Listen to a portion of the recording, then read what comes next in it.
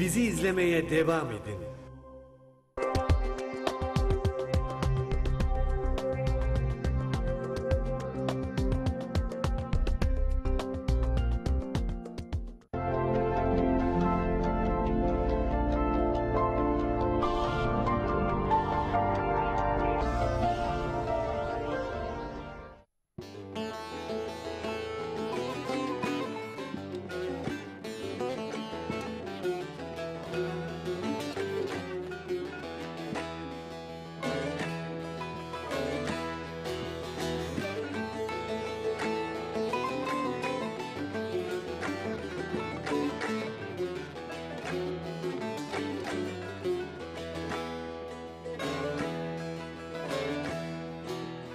Ela gözlerini sevdiğim dilber, gönlüm sana düştü düştü, halım nice olur, halım nice olur. Bu sevdayı verme bunlar başına, müptelalık bir beladır gücü olur. Bu sevdayı verme bunlar başına, müptelalık bir beladır gücü olur.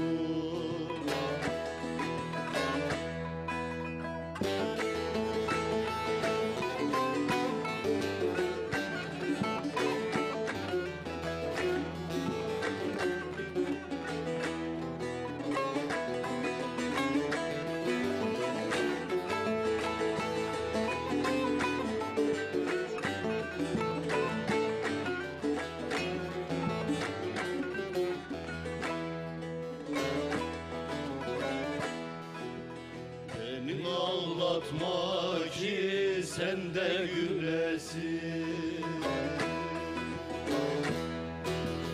beni ağlatma ki sen de gülesin, muradına maksuduna eresin, canan eresin. Korkarım ya dele meyil veresin, meyil verme altın adın tuncu olur. Korkarım ya dele meyil veresin, meyil verme altın adın tuncu olur.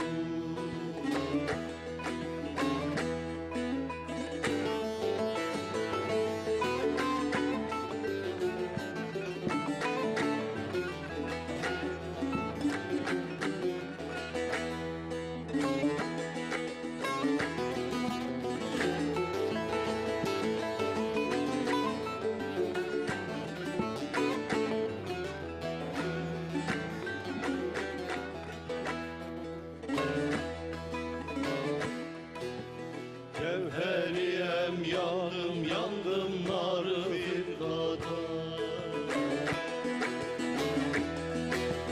Cevheriyem yandım narı bir kadar. Dostumun hasreti çıkmaz yürekten, çıkmaz yürekten. Bir zaman ben seni diledim haktan, verir ama korkarım ki geç olur.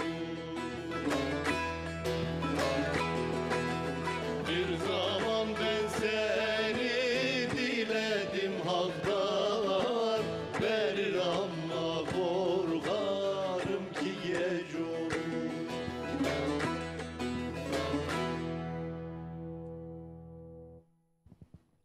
Eyvallah, Gevheri'ye ait bir türküyle programımıza başlamış olduk.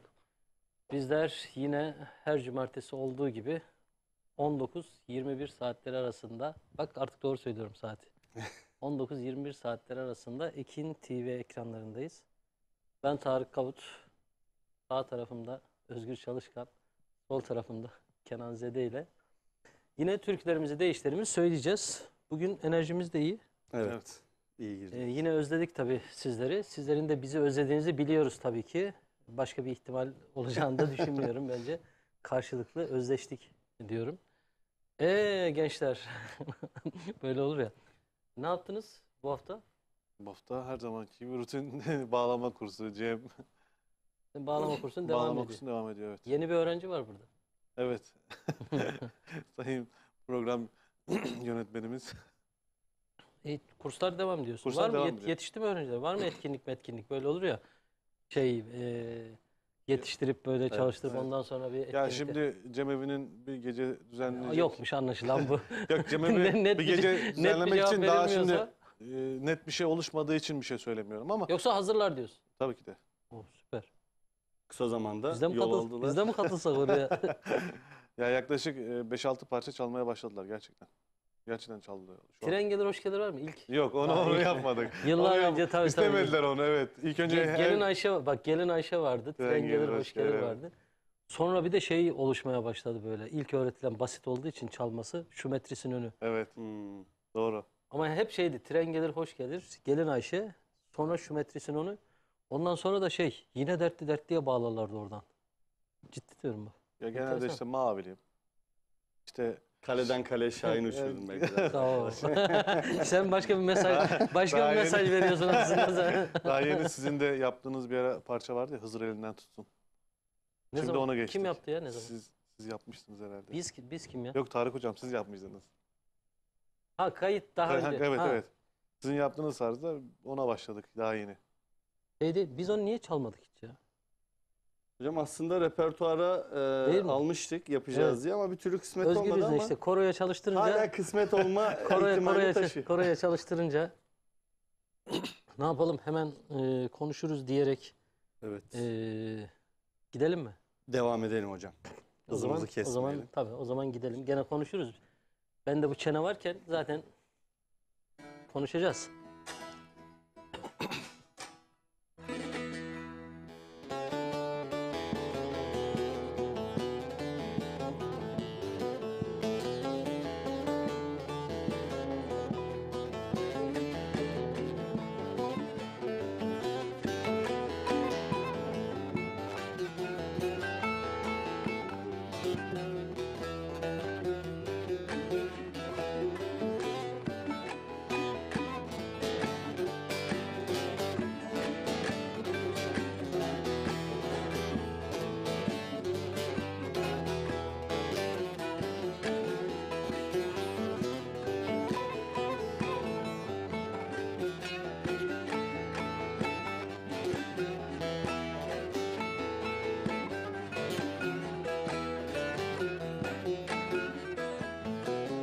Küstürdüm barışamam, ayrıldım kavuşamam. Küstürdüm barışamam, ayrıldım kavuşamam. Göz açtım seni gördüm, yar ile konuşamam. Dert bende, kare bende, dert bende, kare bende. Eylemez yara bende, yuvasız kuşlar gibi kalmışam perakende. Dert bende, kare bende, eylemez yara bende. Yuvasız kuşlar gibi kalmışam perakende.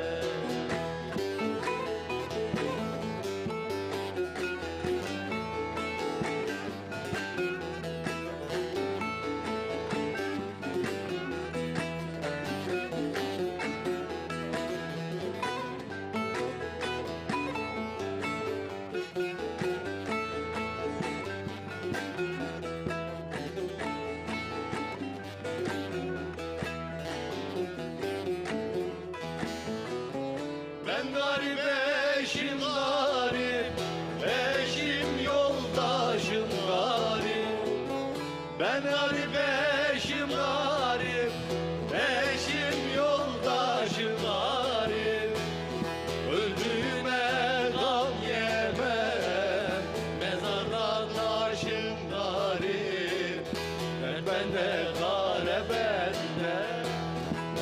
bende, kare bende, eğlenmez yâre bende.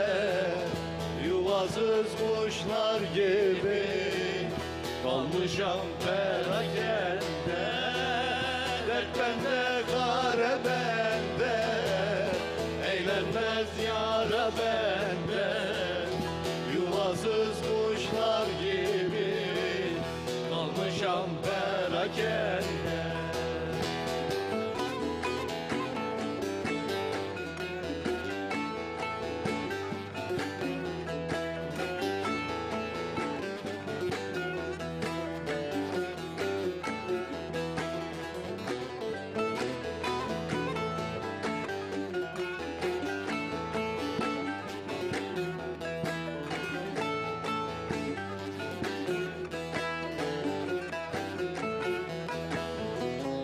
Bu dağın ensesine uyandım yar sesine. Bu dağın ensesine uyandım yar sesine. O erkeklik ben avcı düşmüşem ensesine. Dert bende, kare bende, dert bende, kare bende, eğlenmez yâre bende. Yuvasız kuşlar gibi kalmışam perakende. Dert bende, kare bende, eğlenmez yâre bende. Yuvasız kuşlar gibi kalmışam perakende. Eyvallah. Ne güzel Tamam. türküdür değil mi? Evet. Vallahi. Çok keyifli bir eser. Öyle değil mi hocam? Bu sefer düşmedi. Bizim sponsorlarımız vardı. Önce bir sponsorları hatırlatalım. Sonra WhatsApp hattımızı hatırlatalım Özgür. İlk önce WhatsApp hattımızı hatırlatalım. Peki o zaman ilk önce WhatsApp hattımızı hatırlatalım Özgür. 0553 306 99 60 numaralı WhatsApp hattından bizlere mesaj ulaştırabilirsiniz. Emrullah Köfte Aile Salonu, Gürpınar çevresinde Haydar Aslan. Gene olmadı değil Yok, mi? telefon numarasını söyleyecektim de ekranda mu? belirmediği için. Unuttun değil mi? Yok, unutmadım da telefon numarasını söyleyecektim. Mesela önce sponsorumuz Emrullah Köfte Aile Salonu. çok iyi değil mi? Sponsorumuzun ismi Haydar Aslan. Numarayı hatırlamıyorsun değil mi? Numarayı hatırlamıyorum. Numarayı Bak numaraya bak. 0212 880 1242 rezervasyon numarasından rezervasyon yaptırabilirsiniz. Evet Kenan hocam. Telefon numarası aklımda kalmasın. Eyvallah. O zaman ben de söyleyeyim. Kapsan Kalıp, Muharrem Kotan ve Erol Kotan programımız... Bakmadan söyle, numaraları söyleyebilecek misin? Söylemeyeceğim hocam. Zaten orada var. En baştan beri bizle beraberler. Sağ olsunlar. Sağ olsun, Teşekkür evet. ederiz desteklerinden dolayı ve Otantik Yatakları Sayın Cem Kara.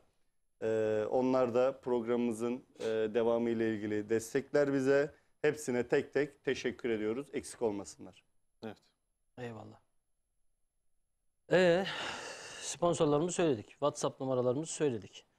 Sizin pazar günü bir etkinlik var değil mi ya? Hocam yarın, evet. yarın mı? Yarın. Geçen programda da bahsetmiştik ama yeri gelmişken tekrar söyleyelim. Yarın Halkalı Cemevi'nde, Halkalı'da bulunan İstanbul Cemevi Vakfı'nda gençlik kollarının organize ettiği bir cem var. Gençlik Cemi. Gençlik Cemi, evet. Gençlik kolları düzenliyor. Yarın saat 3'te başlıyor. Saat takribi 5'e kadar süreceğini düşünüyoruz. Saat 5.30'da da lokma paylaşımı var. Dolayısıyla buradan izleyen, dinleyen herkese açık Tüm çağrıdır. gençlere özel. Yerini bir daha söylersen. Halkalı'da bulunan İstanbul Cemevi ve Eğitim Kültür Vakfı'nda olacak. Tüm İstanbul bölgesindeki birçok cemevine bu davet gitti. Ama buradan bizi izleyenleri de biz tekrar duyurmuş olalım.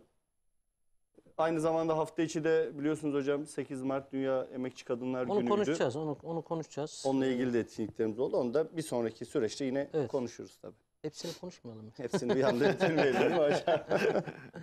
Yok ona ben hızlı geçmek istemiyorum. O Tabii, yüzden biraz doğru. konuşalım derdindeyim. Ne yapalım?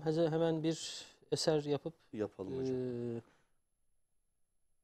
bu arada programımızı Ekin TV'nin YouTube sayfasından, Facebook sayfasından canlı olarak izleyebilirsiniz. Eğer ki bulunduğunuz çevrede televizyon programında, televizyon yayınında sıkıntı varsa da internet üzerinden de izleyebilme şansınız var.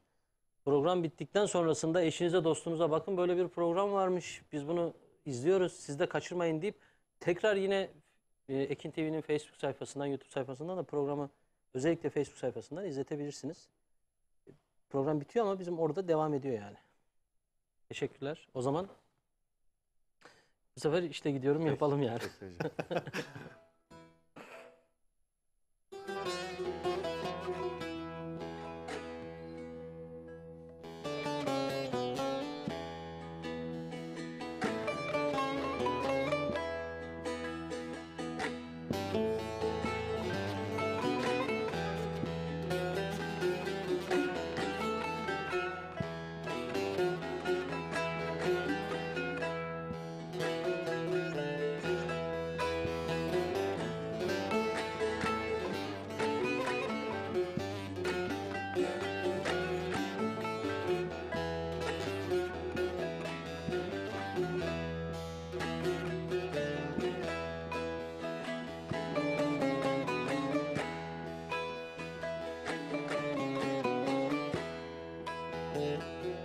İşte gidiyorum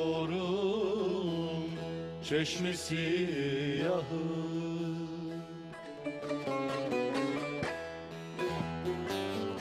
İşte gidiyorum çeşmesi yahım. Önümüze dağlar sıralansa da, sıralansa da. Sermayem derdimdir, servetim ahım. Karardıkça bahtım bahtım karalansa da. Sermayem derdimdir, servetim ahım. Karardıkça bahtım bahtım karalansa da.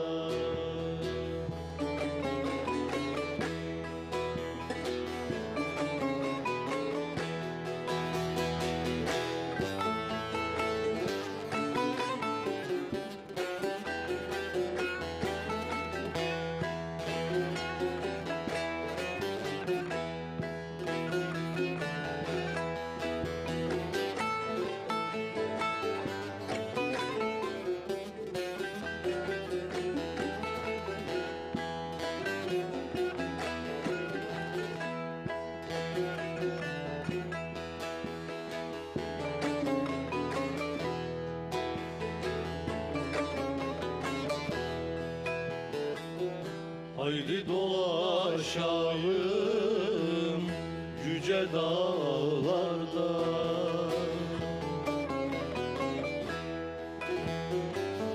Haydi dolaşayım yüce dağlarda. Dost beni bıraktı ah ile zarda, ah ile zarda. Ölmek istiyorum viran bağlarda. Ayağıma cennet kiralansa da. Ölmek istiyorum viran bağlarda. Ayağıma cennet kiralansa da.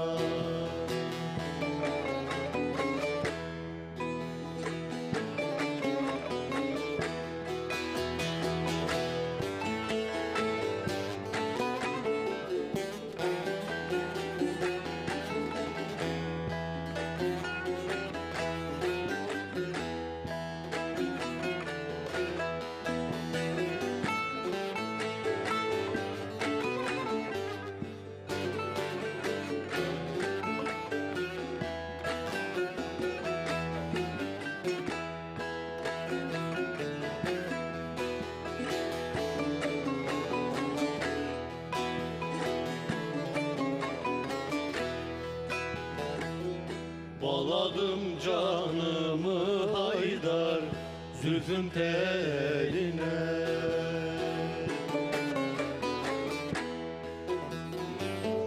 Bağladım canımı zülfün teline.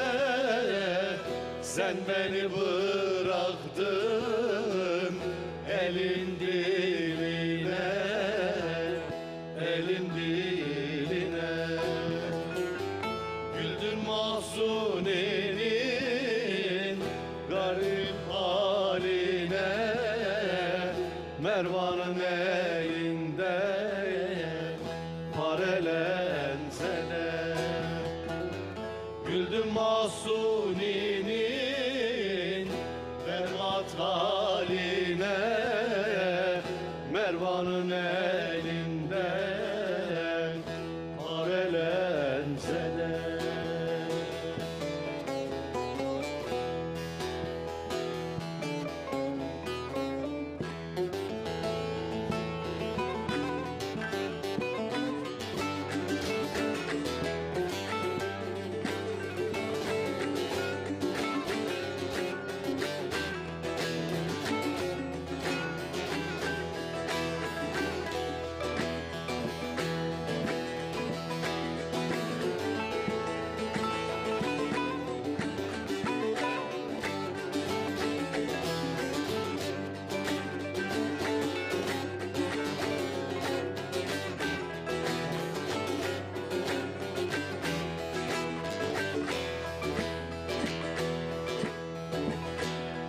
Eşinden ayrılan yaralı ördek,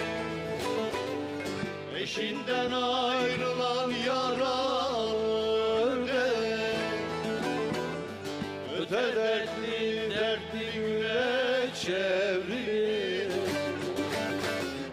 Yaralı gönlüme olmadı ortak, gözlerimin yaşı sele çevrilir. Yaralı gönlüme olmadı ortak, gözlerimin yaşı sele çevrilir. Gözlerimin yaşı sele çevrilir.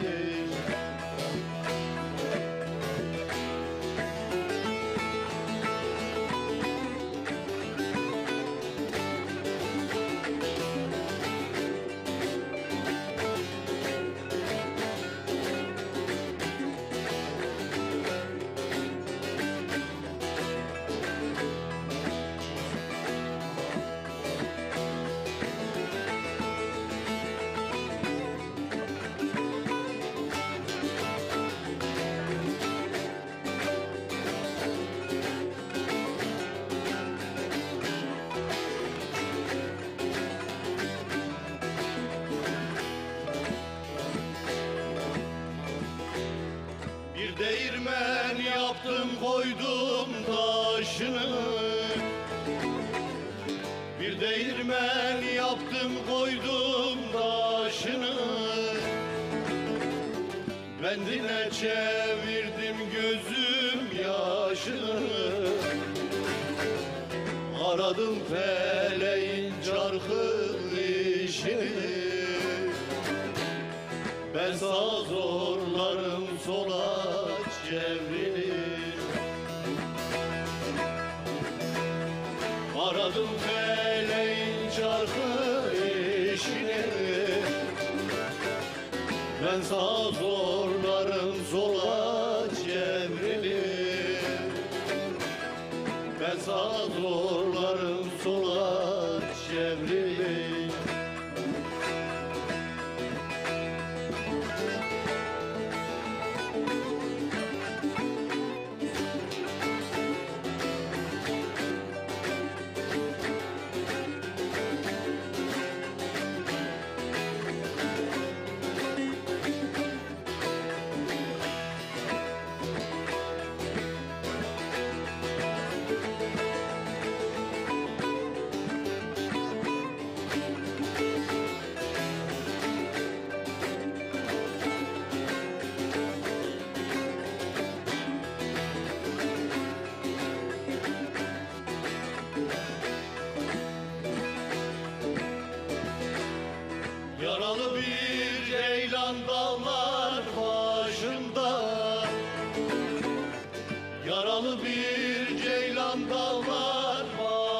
yolunda.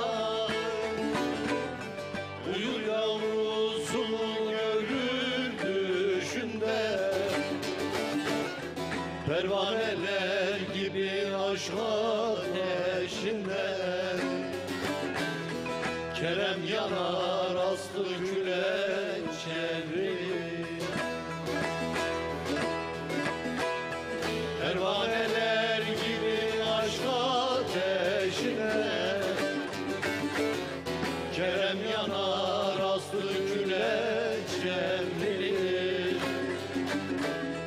Kerem yanar aslı küle çevrilir.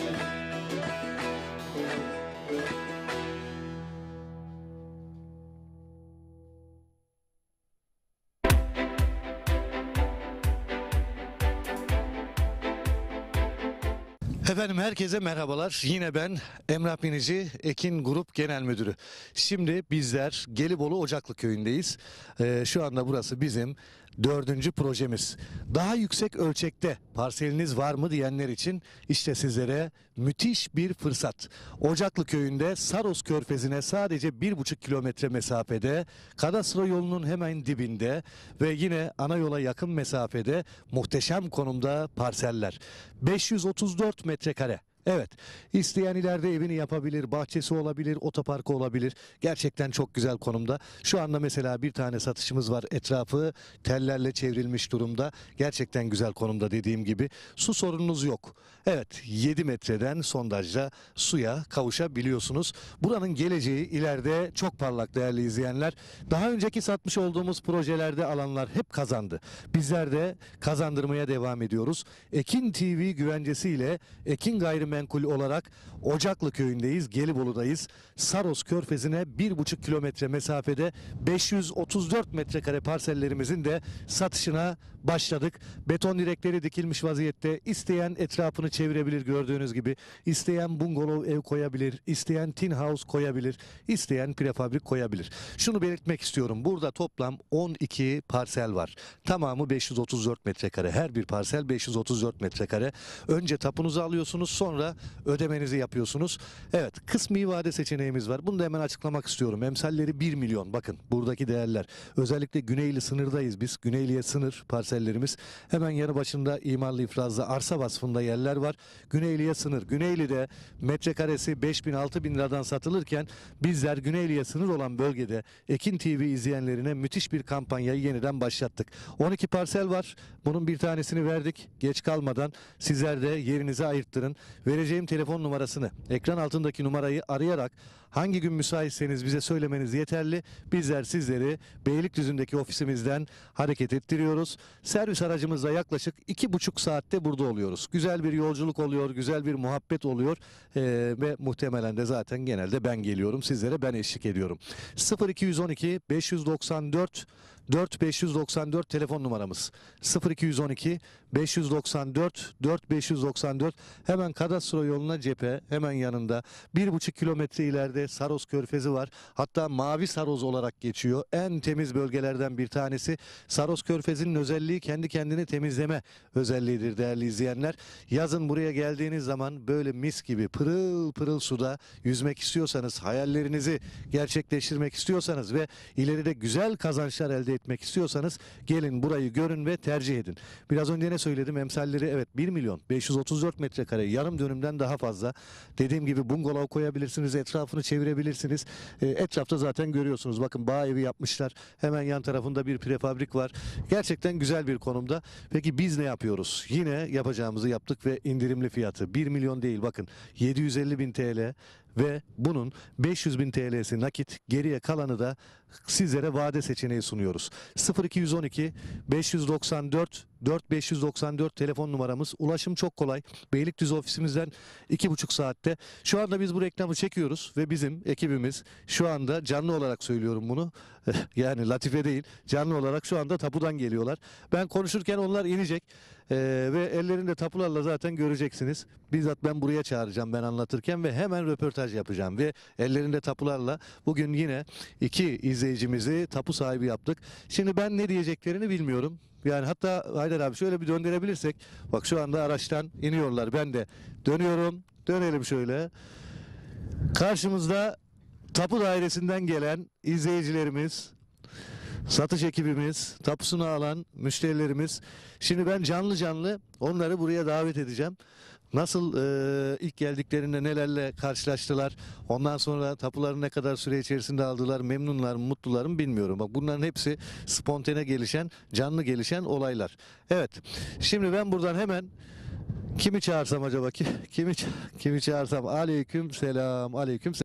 Evet, biraz önce dedim ya, böyle biz burada anlatımı yaparken, ben buradayken orada da tapu dairesine gittiler. Hoş geldiniz. Hoş bulduk. Artık biz samimi olduk Dursun abi.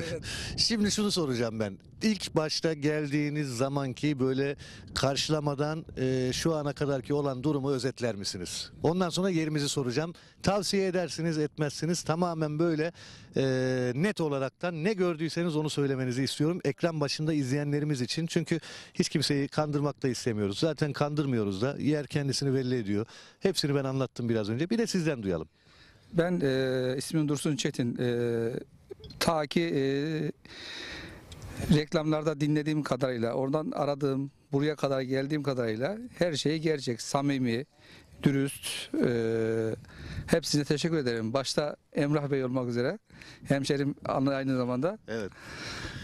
Ee, Bugün tapuyu aldık. bugün tapuyu aldık. Herhangi bir sorun sorun, yok. herhangi bir sorun yok. Tapumuzu yaptık. Tapumuzu yaptık. Hatta biz ödeme bile almadık. Hatta 5 Hala kuruş almadık. 5 kuruş para Yani vermeden tapumuzu aldık. Tapu masrafı da. Tapu Yani masrafı bundan da sonra dahil vermesek de olur yani. Bundan sonra vermesek de olur. Evet, tapumuzu aldık. Allah hayırlı uğurlu etsin. Sağ olun. Tapu masrafı ödemediniz. Tapu 5 kuruş para vermeden, tapu masrafı da ödemeden Tapu dairesinden tapu çıktık. dairesinden çıktık. Şu anda tapumuz elimizde, 5 kuruş para vermeden tapumuzu aldık. Hayırlı uğurlu olsun. Peki Allah razı şimdi olsun. bizi izleyenler için konumla ilgili, yerle ilgili, anlattığımız bölgeyle ilgili söyleyecekleriniz de bizim için önemli. Ben o kadar yer dolaştım, gezdim. Burası beni cezbetti. O kadar baktım ve araştırdım, yani bu zamana kadar içim ısınarak aldığım yer. Benim 4 tane evladım var. Onların için aldım. Ama gönül rahatlığıyla aldım.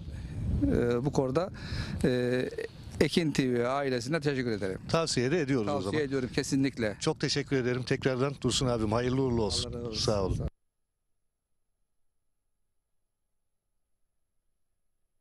Evet, devam ediyoruz. Dediğim gibi misafirlerimiz geldi. Mesut abiyle de biz artık bir çok samimi olduk yani, gidiş geliş. Aynı soruyu size de soruyorum. Buyurun. Biz şimdi hangi gün gelmiştik? Cumartesi, pazar mı? Cumartesi günü gelmiştik. Cumartesi Ee, geldik. Bugün yeri günlerden görmüştük. reklamı çektiğimiz bugün günlerden çarşamba. Çarşamba. 4 gün içerisinde her şey halloldu. Tapumuz verildi. Peki gelişle Kendisini söylemeden ben söyleyeyim. buyurun. Mal almak, vermek başka bir şey. İnsanları rahatsız etmeden, konforlu bir şekilde bugün bu saate kadar yapmış olduğunuz hizmet için ben en başta teşekkür teşekkür ederim. etmekteyim. Mal almak, etmek onlar farklı mevzular. Tabii ki firmanızın yaptığı güzellikler çok. Onu da ben gördüm ve yaşadık. Ne diyeyim, Ekin TV ailesine ve çalışanlarına, herkese teşekkür ederiz. Yeri beğendik mi? Yer çok güzel, çok muntazam. Hayalimizle kurduğumuz yerimizi aldık diyelim. Oldu. O zaman diyelim. hayırlı uğurlu olsun Hayırlı diyelim bize. uğurlu olsun herkese ve güzel komşularımı bekliyorum. Tanımış da oldu zaten. Evet, Dursun abi. Dursun Bey'i tanıdık, Haydar Bey'i tanıdık. Herkese teşekkür Ben teşekkür ederim. etmekteyiz. Allah utandırmasın. Teşekkür ederim. Hayırlı uğurlu olsun. Tekrar- Yenge Hanım hayırlı uğurlu olsun. Çok teşekkür ederim. Sağ olun. Evet, ve bir şeyim daha var. Tapuyu aldık ama daha para vermedik. Sağlık olsun. Yapacak bir şey yok. Hayırlı olsun tekrardan. Sıkıntı yok. Borç Hanemize yazılır. borç yiğidin kamçısıdır. Teşekkür ederim. Eyvallah, Sağ teşekkür olun. ederiz.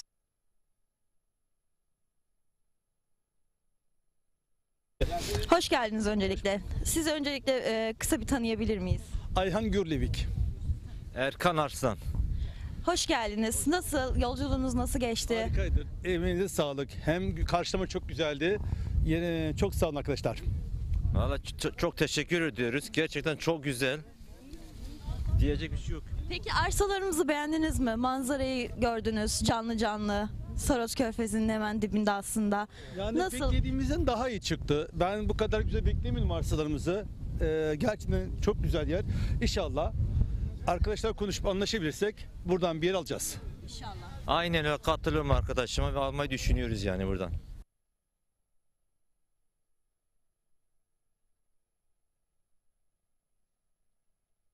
Evet, şimdi İsmail abiyi tanıyacağız. İsmail abi de biraz önce anlatıyordum, böyle etrafını böyle tellerle çevrilmiş. Bu bölgenin insanı, Gelibolu'da yaşıyor, Gelibolu'lu. Bu bölgede tel işiyle uğraşıyorsunuz. Böyle müşterilerimiz, izleyicilerimiz alıyor. Biz de sizlere öneriyoruz. Sizler de teli çeviriyorsunuz. Bu bölgeyle ilgili yatırım yapmak isteyenlere ve özellikle şu anda arazide, başında bulunduğumuz arazi hakkında daha net bilgi mesela ne söyleyebilirsiniz Gelibolulu olarak? Teşekkür ederim öncelikle böyle bir fırsat verdiğiniz için. Hayırlı olsun satışlarınız. Ben Gelibolu'da tel çit işiyle uğraşıyorum. İmalat ve montajını yapıyorum. Ekibim var. Bu bölge Gelibolu geleceği parlak olan güzel bir yer. Buraya yatırım yapan müşteriler hiçbir zaman kaybetmezler. Görüyorsunuz Saros Körfezi dünyanın en temiz denizi. Saros Körfezi'ne 1 kilometre uzaktayız. Geleceği parlak olan, trendi yüksek olan, getirisi ileriye dönük yüksek olabilecek bir bölge. Hayırlı olsun tüm müşterilerinize. Çok teşekkür ederim. Sağ olun, var olun. Eyvallah. Evet, görünen köy kılavuz istemez. Tapusunu alanlarla da görüştük. Yeri de anlattık. Ekran altında fiyat bilgilerimiz de var. Arzu ederseniz ben de yatırım yapmak istiyorum. Ben de kazanç elde etmek istiyorum. İleriye dönük hayallerim var. Bu hayallerimi gerçekleştirmek istiyorum. Saros Körfezi'ne yakın, harikulade bir yerden bir parsel sahibi olmak istiyorum diyorsanız sadece aramanız yeterli. Son kez telefon numaramızı veriyorum. Bakın emsallerinden 250.000 TL daha uyguna. Evet, yanlış duymadınız. Yine Ekin TV, Radyo Ekin, Ekin Gayrimenkul yapacağını yaptı. Herkese arsa sahibi yapacak. İnşallah 0212 594 4 594 0212 594 4 594. Çok teşekkür ediyorum.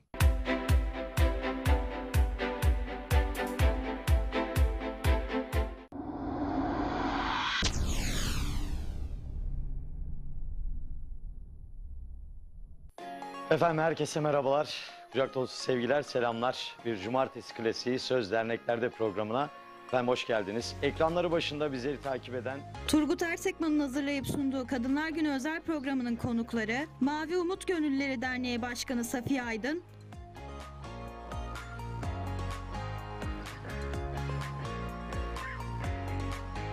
Başkan Yardımcısı Fehmi Gevez ve yönetimi,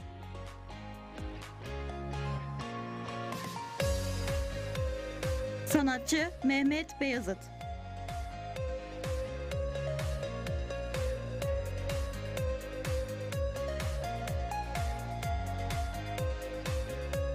Kadınlar Günü özel programı cumartesi saat 22'de Ekin Türk TV'de sizlerle.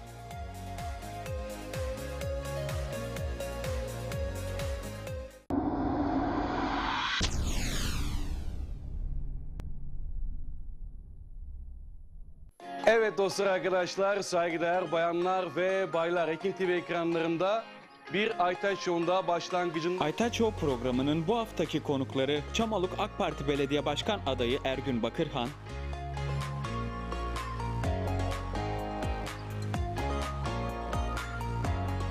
sanatçı Onur Aydın. Ben adım adım gezdim ama canım canım. Aytaç Show pazartesi saat 22'de Ekin Türk TV'de sizlerle.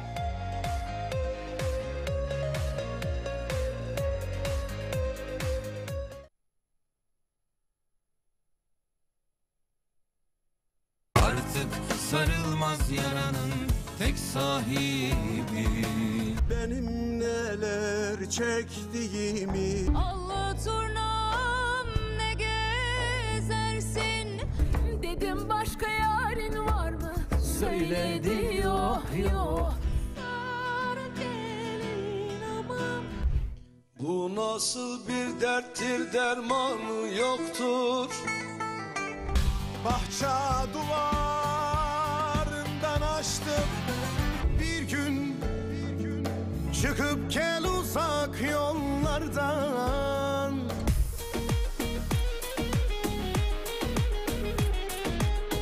Gitme dönme benim telli durnam. Ağla kalbim, Canın olayım gülüm. Aşk ile canlar aşk ile. bu dağlar kömürdendir. Ağlayan dilber senin elinden. Hasretim var. Kliplerinizin tüm dünyada izlenme rekoru kırmasını ister misiniz? O zaman doğru kanaldasınız. Bilgi almak için 0212 485 3901 0212 485 3901.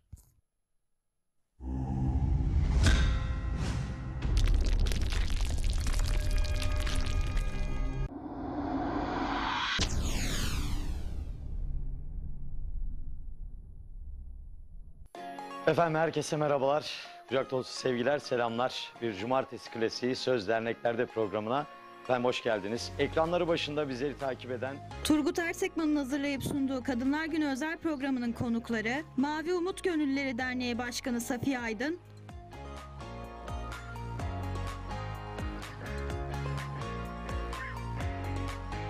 Başkan Yardımcısı Fehmi Gevez ve yönetimi,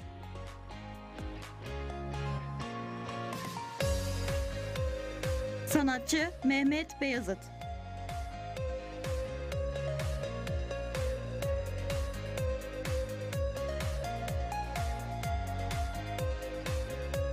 Kadınlar Günü özel programı cumartesi saat 22'de Ekin Türk TV'de sizlerle.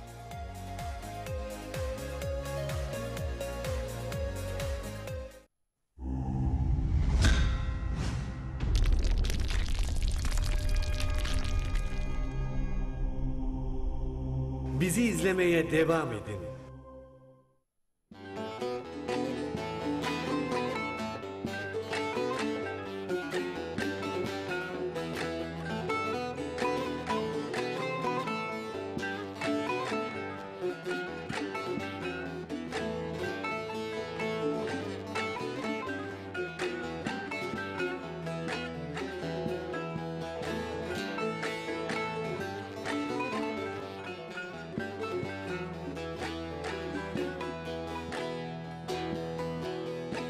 Kara tren gelmez mola, düdüğünü çalmaz mola. Kara tren gelmez mola, düdüğünü çalmaz mola. Gurbet ele yar yolladım, mektubumu almaz mola. Gurbet ele yar yolladım, çalmaz mola. Allı gelin al olaydı, selvilere dal olaydı. Gelen geçen yolculardan nazlı yar beni soraydı. Allı gelin al olaydı, selvilere dal olaydı. Gelen geçen yolculardan nazlı yar beni soraydı.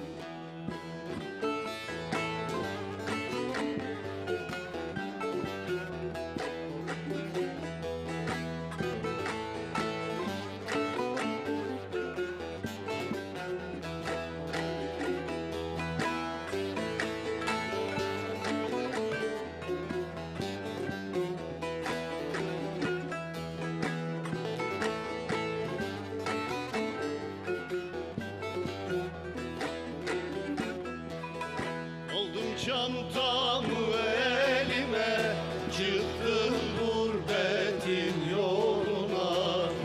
Aldım çantamı elime, çıktım gurbetin yoluna. Böyle bilseydim sevmezdim, düştüm alemin derdine. Böyle bilseydim sevmezdim, düştüm alemin beynine.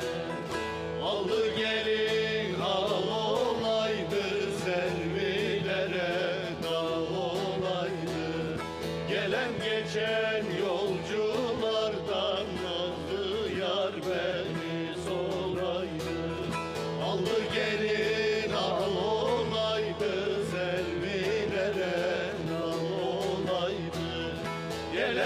geçen yolcularda nazlı yar beni sorayım.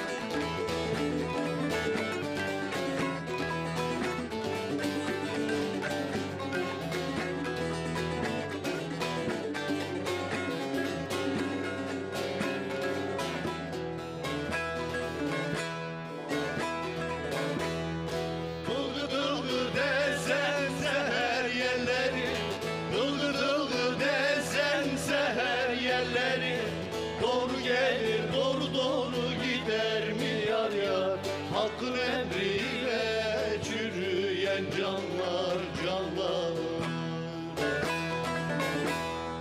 Verdiği ikrarda durur mu yar yar, verdiği ikrarda durur mu yar yar, durur mu yar yar. Pazarlık mı olur ona değil dükkanda, meyli muhabbetimde kaldı ya sende. Bu divan olmazsa oldu divanda, dost benim sualim verir mi yar yar, verir mi yar yar. Pazarlık mı olur olur adil dükkanda, meyli muhabbetimde yar kaldı sende.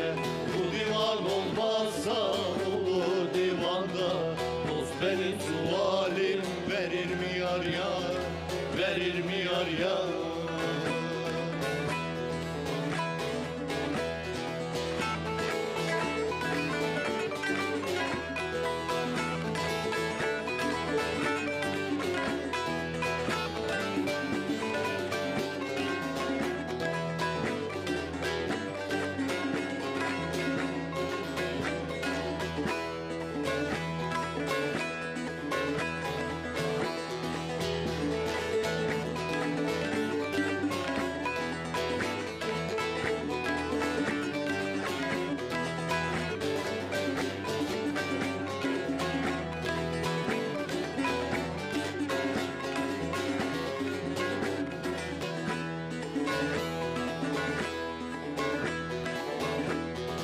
Bahçemde açılmış yar gonca güller, bahçemde açılmış yar gonca güller, gülüm fidanından sefil bülbüller, aşıktan maşuğa sarılan kollar kollar.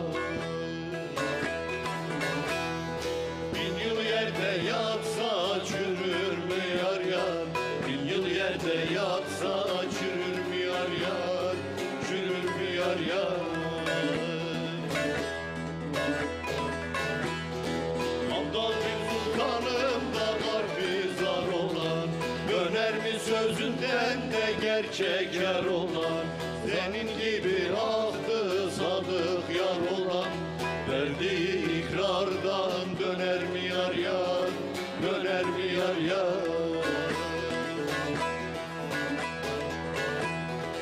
Aptal bir sultanım da kalbi zar olan, döner mi sözünden de gerçek yar olan, senin gibi ahtı sadık yar olan, verdiği ikrardan döner mi yar yar, döner mi yar yar.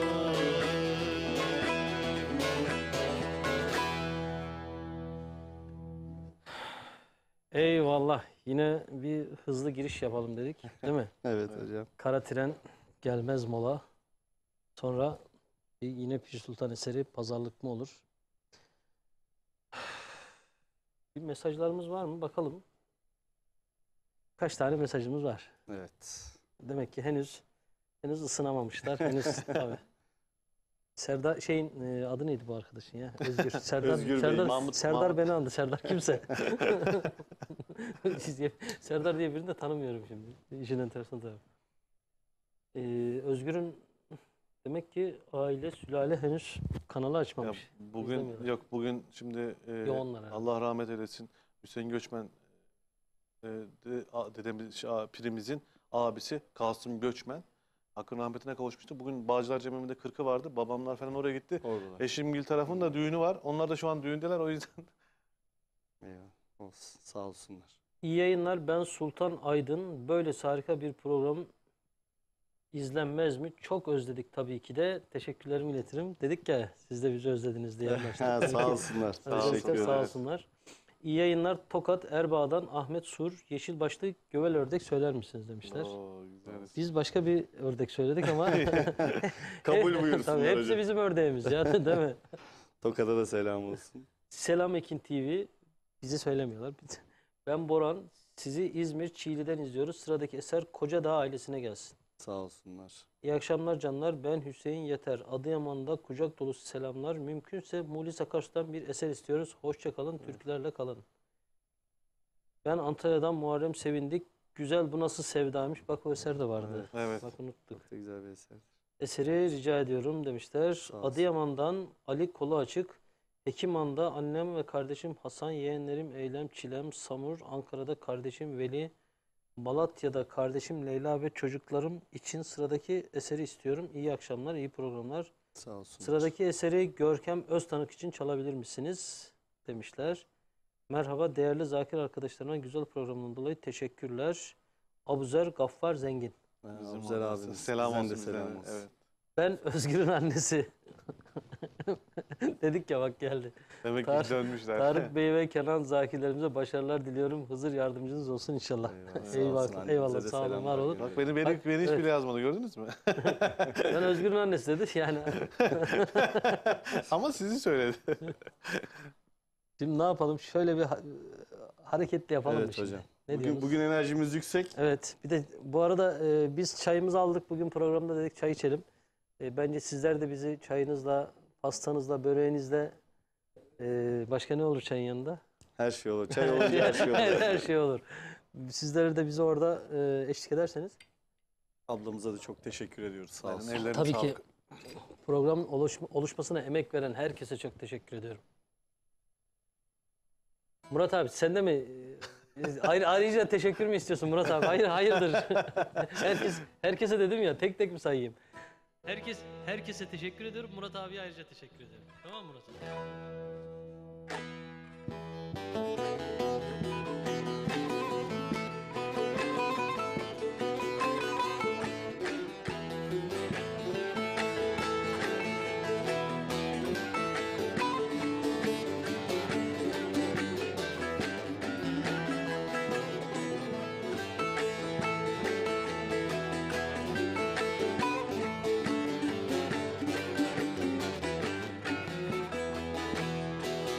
Dal üstüne çul serer, Leyli de yar, Loylu da yar, loy loy loy. Bilmem yar kimi sever, Haleylim nenni de kınalım, nenni de belalım, nenni de nenni. Bilmem yar kimi sever, Haleylim nenni de kınalım, nenni de belalım, nenni de nenni. Onun bir sevdiği var, Leyli de yar, Loylu da yar, loy loy loy. Günde 10 çeşit yiyer, Haleylim nenni de kınalım, nenni de belalım, nenni de nenni.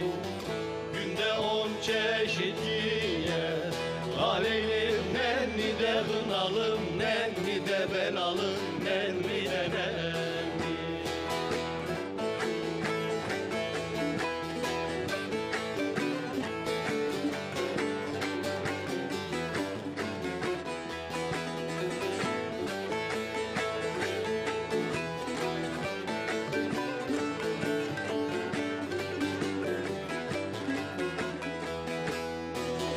Seni bana verseler, Leyli de yar, Loylu da yar, loy loy loy.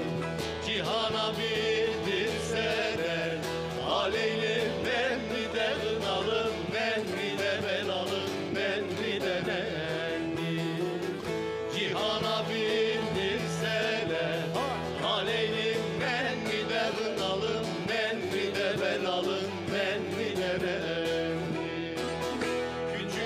yar seveni, Leyli de yar, Loylu da yar, loy loy loy.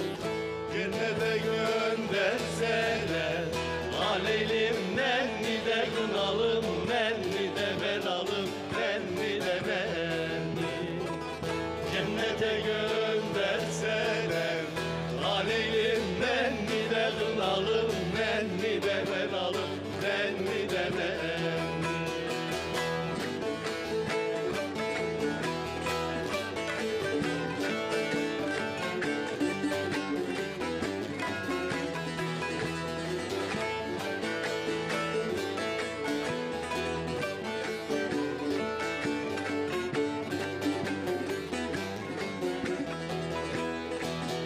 Aldaşı kaldırsalar, Leyli de yar, Loylu da yar, loy loy loy. Yılanı öldürseler, aleylim nenni de kınalım, nenni de belalım, nenni de nenni. Yılanı öldürseler, aleylim nenni de kınalım, nenni de belalım, nenni de nenni. Gitsem yarın yanına, Leyli de yar, Loylu da yar, loy loy loy. Sabahtan öldürseler, aleylim nenni de kınalım, nenni de belalım, nenni de nenni. Sabahtan öldürseler, aleylim nenni de kınalım, nenni de belalım, nenni de nenni. Büyük cevizin dibi, nanay güzelim nanay, ne bakarsın ne gibi, nanay güzelim nanay. Sallan da gel yanıma, nanay güzelim nanay. Helal cemalım gibi, nanay güzelim nanay. Sallan da gel yanıma, nanay güzelim nanay. Helal cemalım gibi, nanay güzelim nanay.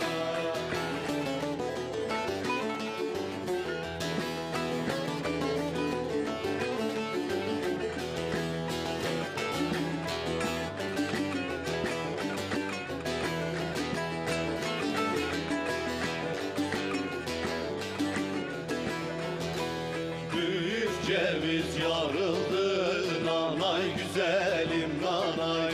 Annem bana darıldı, nanay güzelim nanay. Darılırsa darılsın, nanay güzelim nanay. El oğlunu sarılsın, nanay güzelim nanay.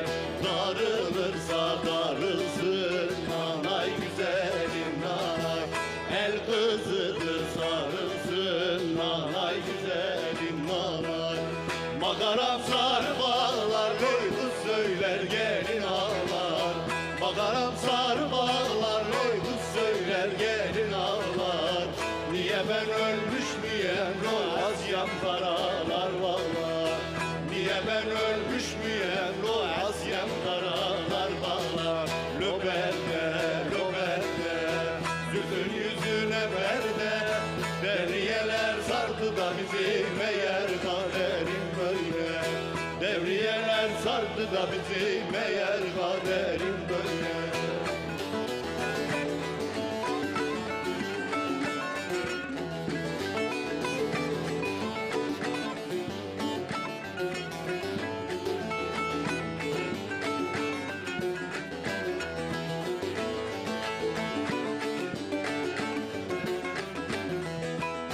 Makaramda ipliyim, lo Asyem benim kekliğim. Makaramda ipliyim, lo Asyem benim kekliğim. Hiç aklımdan çıkmıyor da tenhalarda gezdiğim. Hiç aklımdan çıkmıyor da tenhalarda gezdiğim. Lo berde, lo berde, yüzün yüzüne perde. Devriyeler sardı da bizi, meğer kaderim böyle. Devriyeler sardı da bizi, meğer kaderim böyle.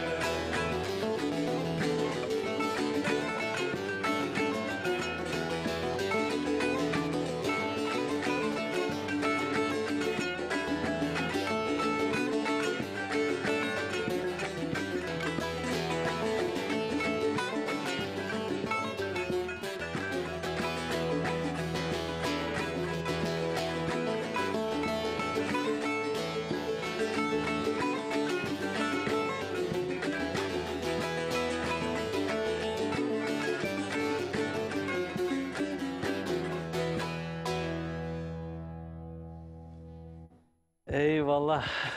Hocam Şöyle bizi öyle bir havaya soktun, hızımızı alamadık, gidiyoruz. Vallahi diyorum bitti diyorum. Bu daha çalıyor. Ama öyle güzel geldi ki sanki bitmemiş gibi. Vallahi bitmesin de gibi değil mi yani? Evet, bitmesin gibi gerçekten. Vallahi bitmesin de ya. Her yöremizin türküleri ayrı ayrı güzel. Kesinlikle. Vallahi iyi bir çocukluğumdan beri bildiğim, çok duyduğum Dam Üstüne Çul Serer. Evet. Makaram Sarı Bağları düğünlerde böyle çok duyardık zaten. Vallahi iyi oldu ya. Bu arada dün Dünya Kadınlar Günü, değil mi? Evet. Evet. 8 Mart Dünya Emekçi Kadınlar Evet. Günü'ydü. Aslında bir kutlama değildir aslında. Evet, ama tabii. yıllar sonrasında hatırlanan bir durum olduğu için bir kadınlara özel bir kutlama günü gibi oldu. Aslında bir anma günüdür.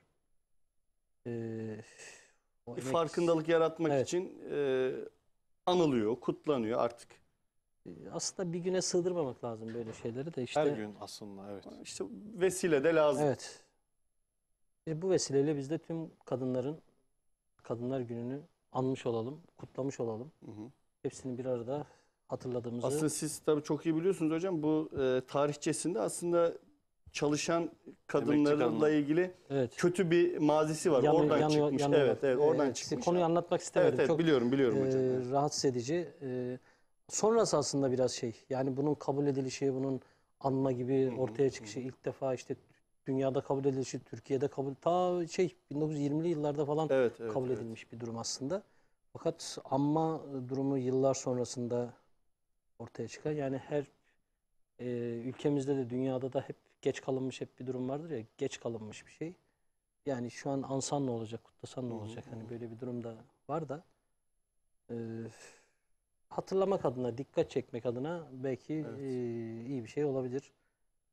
Umarım bir gün yetmez ama umarım bu hatırlatma da bir şeylerin ama hatırlanıyor artık ön ayağıdır belki. Tabii birçok yerde artık bu hatırlanmalar yapılıyor.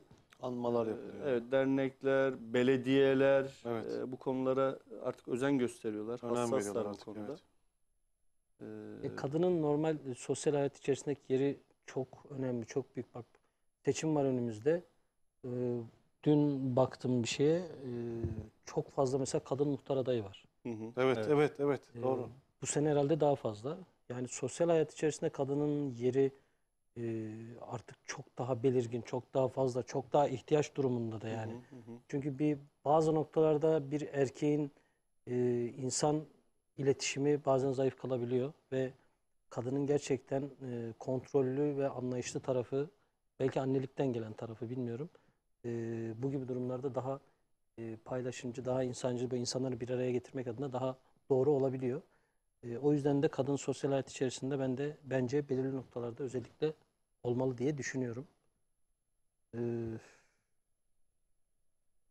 Bununla ilgili de Cuma günü Zeytinburnu Belediyesi'nin Kadın Meclisi'nin düzenlediği bir etkinlik vardı. Biz de oradaydık, sağ olsunlar. Perşembe günü. Ne zaman dedin? Cuma günü. Kadın Meclisi'nin düzenlediği bir etkinlik vardı kültür merkezinde. Sağ olsunlar bizleri de davet etmişlerdi. Buradan tekrar teşekkür ediyorum. Peşinden de yine İstanbul Cemevi'nde bir anma programı vardı. Konferans salonunda. Sadece Cemevim, yani İstanbul Cemevi'nin özel değil. Çoğu yerde kutlandı. Ben kendi katıldıklarımdan öncelikle bahsettim ama başta da söyledim ya, birçok yerde, birçok dernekte, belediyede bu anmalar yapılıyor da. Evet. Yani bu artık kaçınılmaz bir şey zaten de aslında hani anmaya gerek yok aslında. Yani gösteriye çevirmesinler de gerçekten yani, yerini bulsun. Bu durum artık kabul edilir bir şey, yani anmalarla falan hatırlanacak bir şey değil aslında. Evet. O zaman ben bir çayımdan alayım sonra. Muhabbetin en güzel yanı bu çay tarafı değil mi hocam? Tabii ki. Tabii böyle çok konuşuyoruz, çalıyoruz, çay soğuyor ama olsun. O zaman yine çok sevdiğimiz bir eser diyelim.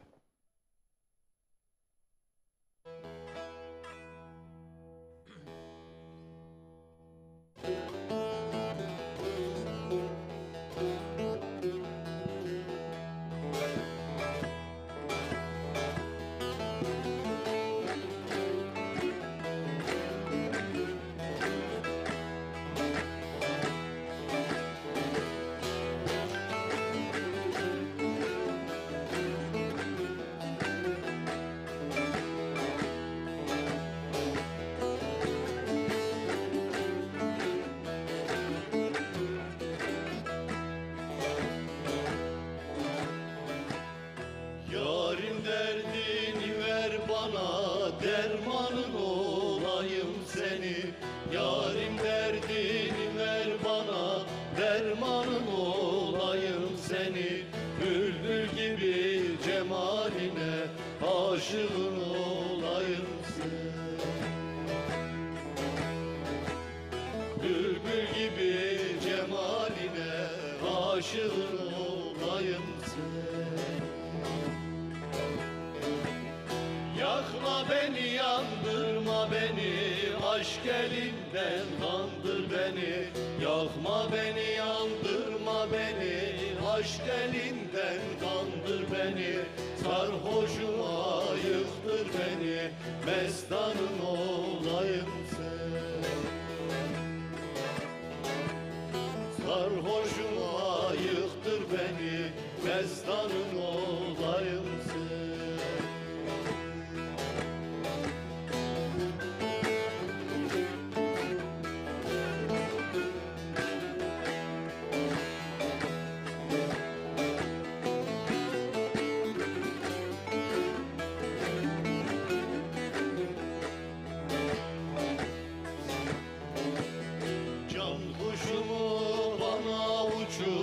Aşk elinden vade içir, can kuşumu bana uçur. Aşk elinden vade içir, hırka ile şaldan geçir. Hüryanın olayım sen. Hırka ile şaldan geçir, hüryanın olayım sen. Seyfullah der benim hoca, kendinden ayırma nice. Seyfullah der beni hoca, kendinden ayırma nice. Gahi gündüz gahi gece, mihmanın olayım sen. Gahi gündüz gahi gece, mihmanın olayım sen.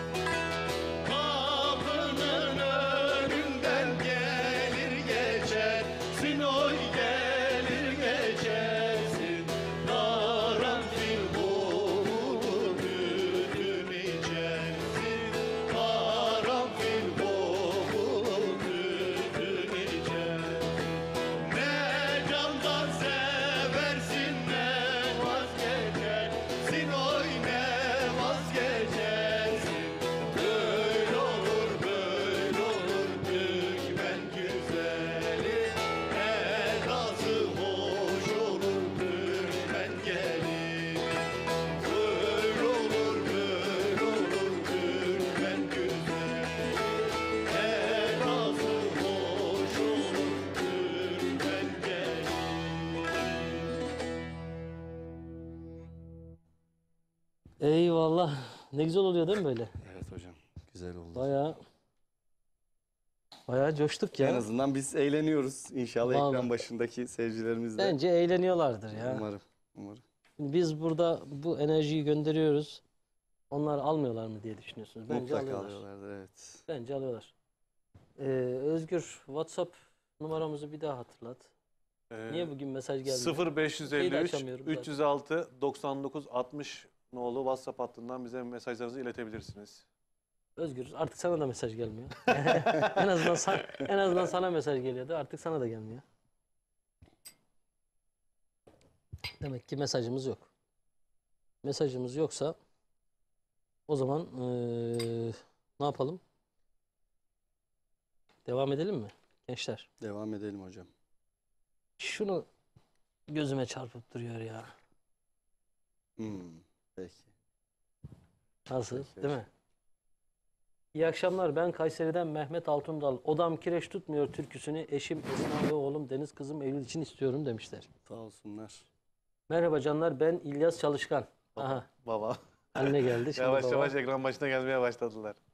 Oğlum Özgür ve Tarık Hoca ve Kenan Dede'ye Kenan Zede'ye yazması lazım. Evet, Kenan Zede aslında. Kenan Dede'ye başarılar dilerim.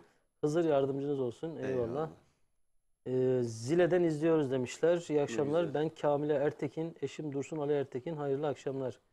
Aşk ile Üstadlar programımızı severek izliyoruz. Bir tahtacı mengisi gönderin gelsin İzmir Menderes'e selamlar saygılar.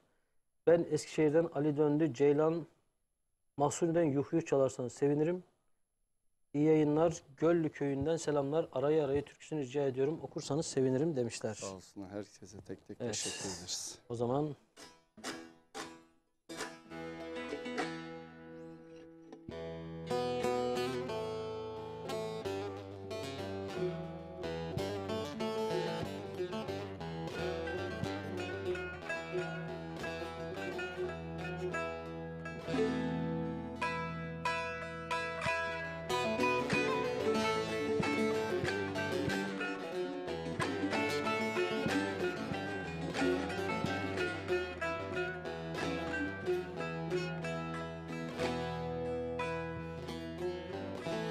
Parsel parsel eylemişler dünyayı, bir dikili taştan gayrı nem kaldı. Dost köyünden ayağımı kestiler. Bir akılsız baştan gayrı nem kaldı, nem kaldı, nem kaldı. Bir akılsız baştan gayrı nem kaldı, nem kaldı, nem kaldı.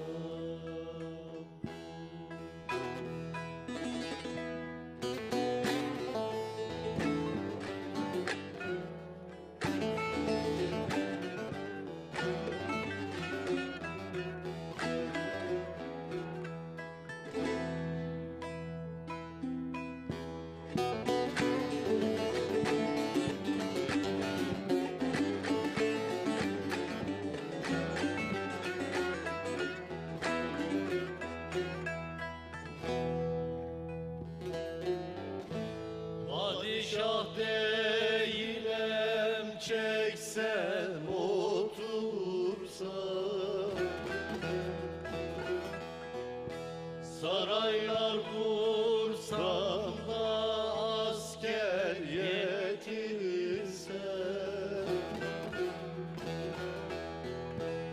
hediyem yoktur ki dosta götürsem.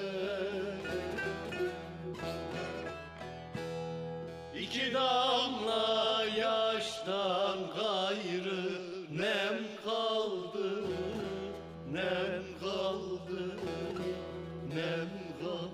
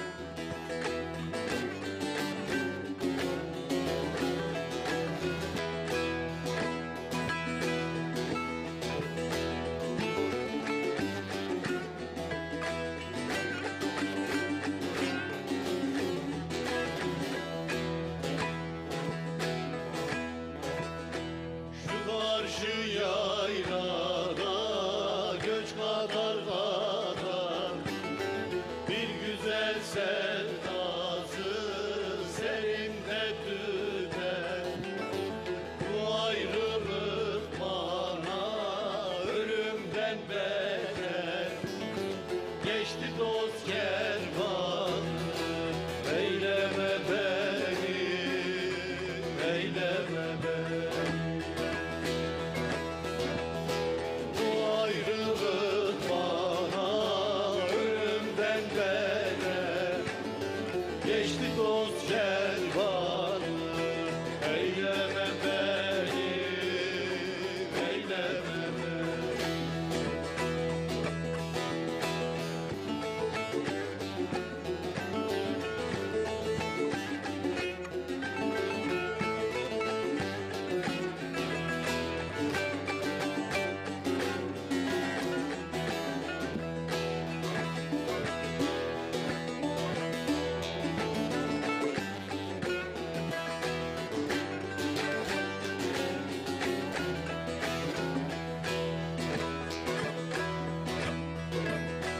Şu benim sevdiğim kaşta oturur, bir güzelin derdi beni bitirir. Bu ayrılık bize zulüm getirir. Geçti dost kervanı, eyleme beni, eyleme beni. Bu ayrılık bize zulüm getirir. Geçti dost kervanı, eyleme beni, eyleme beni.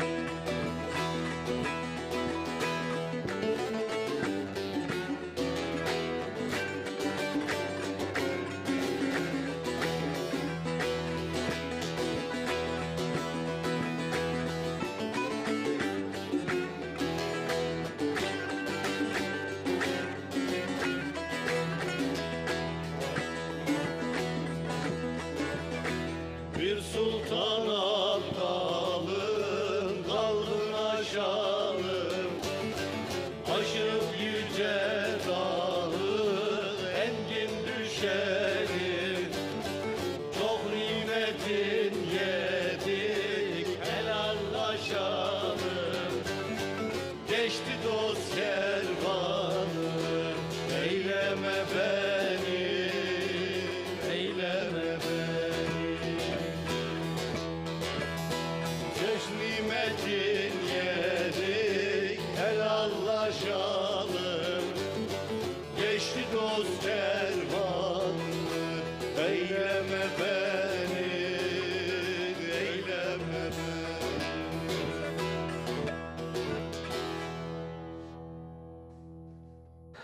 Eyvallah. Çok fazla durmayalım. Zaten reklama gideceğiz. Bence bir eser daha yapalım. Direkt reklama gidelim. Peki. Hiç nefes almadan.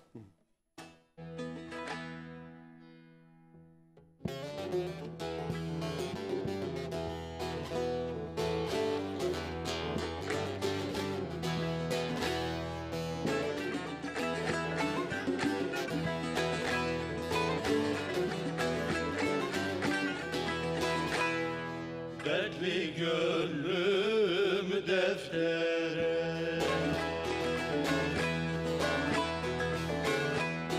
dertli gönlüm deftere yazın neyleyim, neyleyim, vay neyleyim.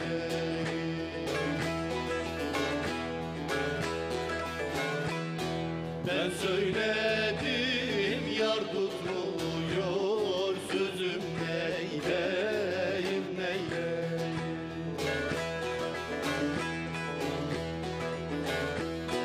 Ben söyledim yar tutmuyor sözüm, neyleyim, neyleyim.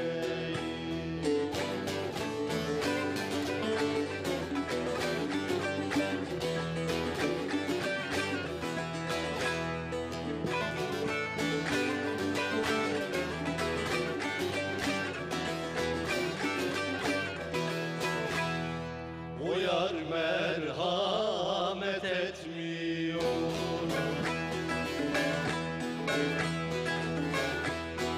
O yar merhamet etmiyor. Sevdası serten gitmiyor, yar gitmiyor. Kırık kollarım tutmuyor dizimle.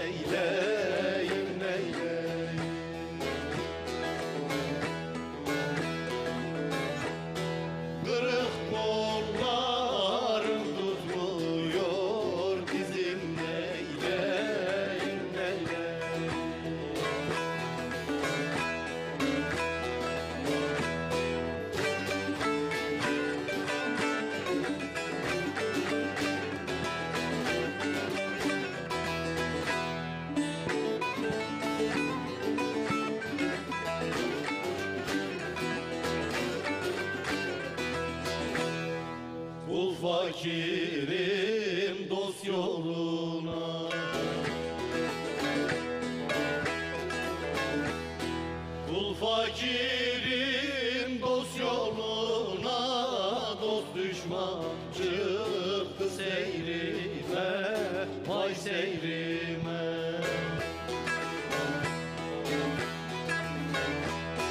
Mezarımı dost köyüne kazın neyleyim neyleyim. Mezarımı dost köyüne kazın neyleyim neyleyim.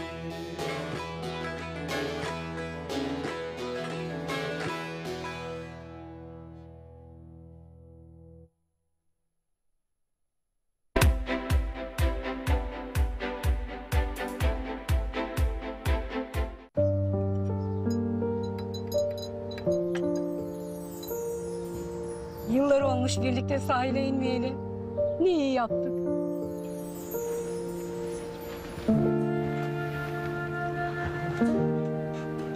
Hala inanamıyorum.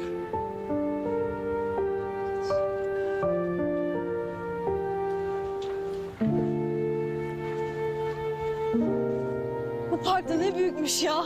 Koş koş bitmiyor. Öyle. Çünkü dünyanın en büyük parklarından biri. Çok güzel film yapmışlar. Evet, harikaydı. Bayıldım. Saat kaç oldu?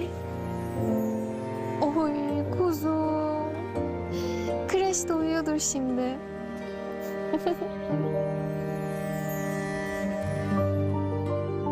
Vay be. Bir gün İstanbul bisiklet şehri olacak deseler hayatta inanmazdım.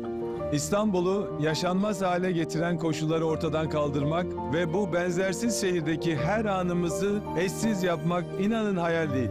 Sistem İstanbul'la kadınlardan öğrencilere, yaşlılardan engellilere kadar herkes hayalindeki İstanbul'u doya doya yaşayacak. Eşsiz İstanbul için Sistem İstanbul. Bir tek dileğim var. Mutlu ol yeter. Efendim herkese merhabalar. Yine ben Emrah Binici, Ekin Grup Genel Müdürü. Şimdi bizler Gelibolu Ocaklı Köyü'ndeyiz. Şu anda burası bizim 4. projemiz.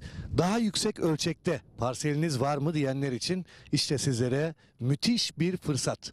Ocaklı Köyü'nde Saros Körfezi'ne sadece 1,5 kilometre mesafede, kadastro yolunun hemen dibinde ve yine ana yola yakın mesafede muhteşem konumda parseller. 534 metrekare.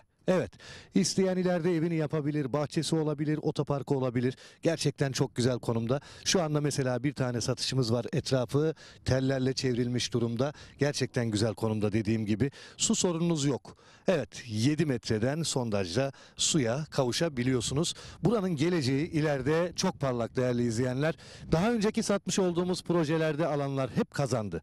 Bizler de kazandırmaya devam ediyoruz. Ekin TV güvencesiyle Ekin Gayrimenkul olarak Ocaklı Köyü'ndeyiz, Gelibolu'dayız. Saros Körfezi'ne 1,5 kilometre mesafede 534 metrekare parsellerimizin de satışına başladık.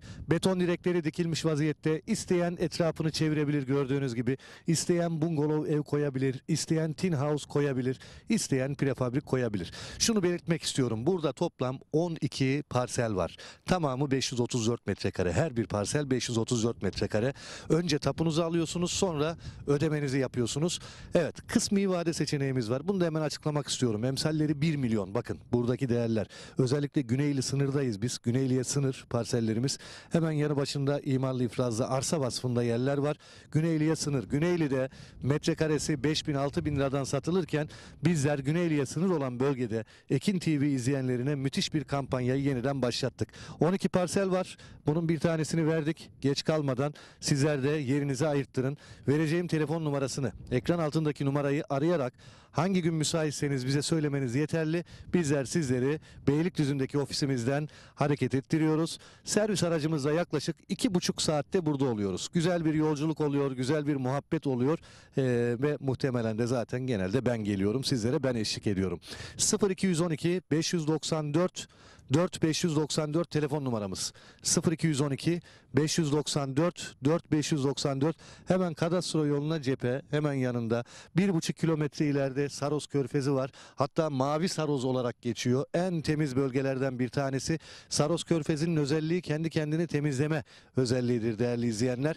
Yazın buraya geldiğiniz zaman böyle mis gibi pırıl pırıl suda yüzmek istiyorsanız, hayallerinizi gerçekleştirmek istiyorsanız ve ileride güzel kazançlar elde etmek istiyorsanız gelin burayı görün ve tercih edin. Biraz önce ne söyledim? Emsalleri evet 1 milyon 534 metrekare, yarım dönümden daha fazla. Dediğim gibi bungalov koyabilirsiniz, etrafını çevirebilirsiniz. Etrafta zaten görüyorsunuz. Bakın bağ evi yapmışlar. Hemen yan tarafında bir prefabrik var. Gerçekten güzel bir konumda. Peki biz ne yapıyoruz? Yine yapacağımızı yaptık ve indirimli fiyatı 1 milyon değil, bakın 750.000 TL ve bunun 500.000 TL'si nakit, geriye kalanı da sizlere vade seçeneği sunuyoruz. 0212 594 4594 telefon numaramız. Ulaşım çok kolay. Beylikdüzü ofisimizden 2,5 saatte. Şu anda biz bu reklamı çekiyoruz ve bizim ekibimiz şu anda canlı olarak söylüyorum bunu. Yani latife değil. Canlı olarak şu anda tapudan geliyorlar. Ben konuşurken onlar inecek. Ve ellerinde tapularla zaten göreceksiniz. Bizzat ben buraya çağıracağım ben anlatırken ve hemen röportaj yapacağım ve ellerinde tapularla bugün yine 2 izleyicimizi tapu sahibi yaptık. Şimdi ben ne diyeceklerini bilmiyorum. Yani hatta Haydar abi şöyle bir döndürebilirsek. Bak şu anda araçtan iniyorlar. Ben de dönüyorum. Dönelim şöyle.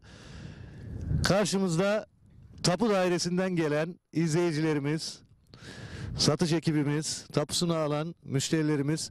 Şimdi ben canlı onları buraya davet edeceğim.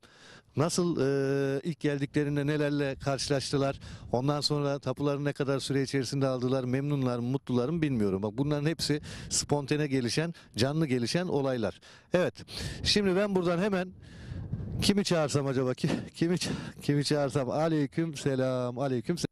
Evet, biraz önce dedim ya, böyle biz burada anlatımı yaparken, ben buradayken orada da tapu dairesine gittiler. Hoş geldiniz. Hoş bulduk. Artık biz samimi olduk Dursun abi. Evet. Şimdi şunu soracağım ben. İlk başta geldiğiniz zamanki böyle karşılamadan şu ana kadarki olan durumu özetler misiniz? Ondan sonra yerimizi soracağım. Tavsiye edersiniz, etmezsiniz. Tamamen böyle net olaraktan ne gördüyseniz onu söylemenizi istiyorum. Ekran başında izleyenlerimiz için. Çünkü hiç kimseyi kandırmak da istemiyoruz. Zaten kandırmıyoruz da. Yer kendisini belli ediyor. Hepsini ben anlattım biraz önce. Bir de sizden duyalım. Ben ismim Dursun Çetin.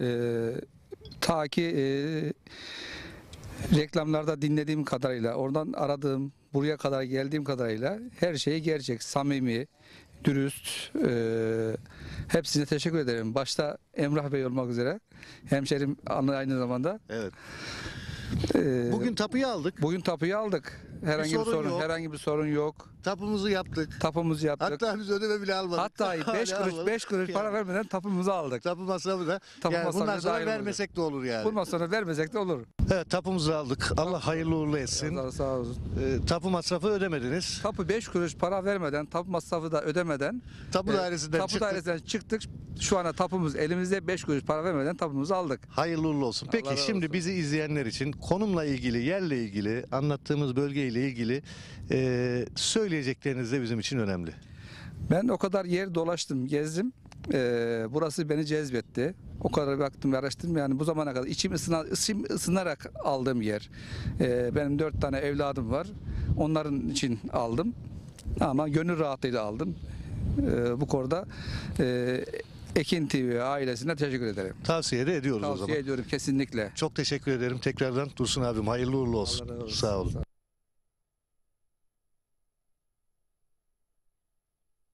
Evet, devam ediyoruz. Dediğim gibi misafirlerimiz geldi. Mesut abiyle de biz artık çok samimi olduk yani, gidiş geliş. Aynı soruyu size de soruyorum. Buyurun. Biz şimdi hangi gün gelmiştik? Cumartesi, pazar mı? Cumartesi günü gelmiştik. Cumartesi geldik. Bugün günlerden reklamı çektiğimiz bugün günlerden çarşamba. Çarşamba. 4 gün içerisinde her şey halloldu. Tapumuz verildi. Peki gelişte kendisini söylemeden ben söyleyeyim. Buyurun. Mal almak, vermek başka bir şey. İnsanları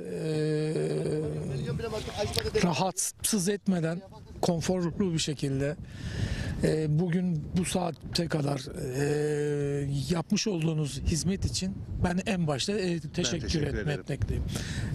Almak, etmek onlar farklı mevzular. Tabii ki firmanızın yaptığı güzellikler çok.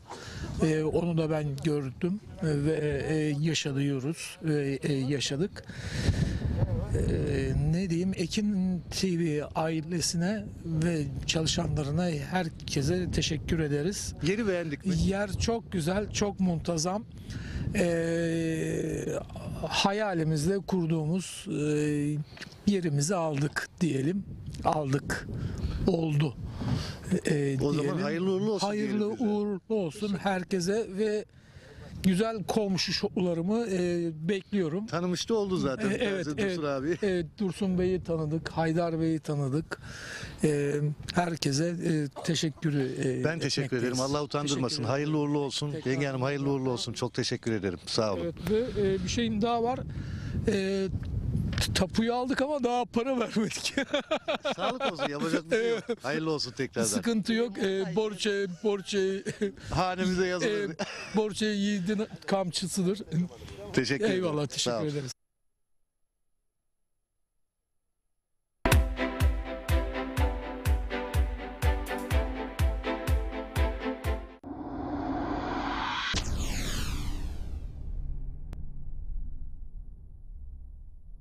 Evet dostlar, arkadaşlar, saygıdeğer bayanlar ve baylar, Ekin TV ekranlarında bir Aytaç Show'unda başlangıcın... Aytaç Show programının bu haftaki konukları Çamoluk AK Parti Belediye Başkan adayı Ergün Bakırhan,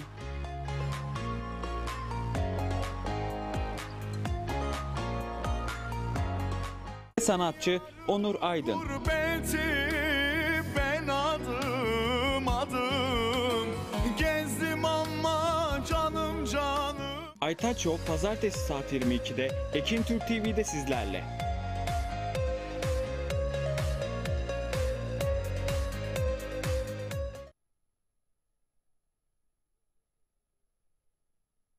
Artık sarılmaz yaranın tek sahibi benim neler çektiğimi. Allah turnam ne gezersin, dedim başka yarın var mı? Söyledi yok yok. Bu nasıl bir derttir, dermanı yoktur. Bahçe duvarından açtım bir gün, çıkıp gel uzak yollardan.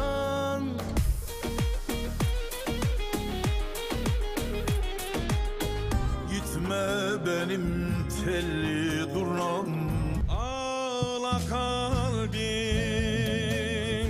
Canın olayım gülüm. Aşk ile canlar aşk ile. Bu dağlar kömürdendir.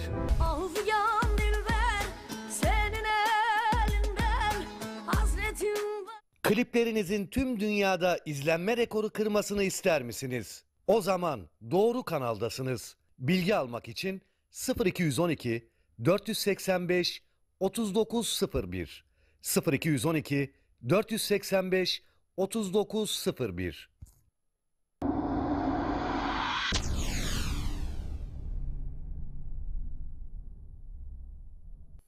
Efendim herkese merhabalar. Kucak dolusu sevgiler, selamlar. Bir cumartesi klasiği Söz Derneklerde programına efendim hoş geldiniz. Ekranları başında bizleri takip eden Turgut Ersekman'ın hazırlayıp sunduğu Kadınlar Günü özel programının konukları Mavi Umut Gönüllüleri Derneği Başkanı Safiye Aydın,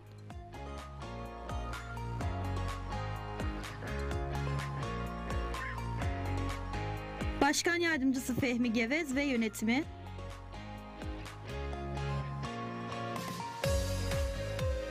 sanatçı Mehmet Beyazıt.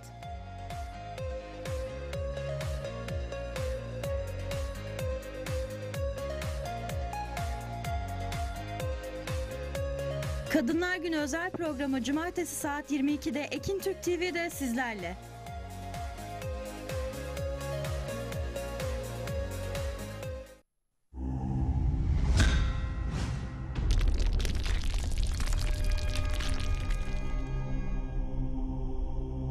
Bizi izlemeye devam edin.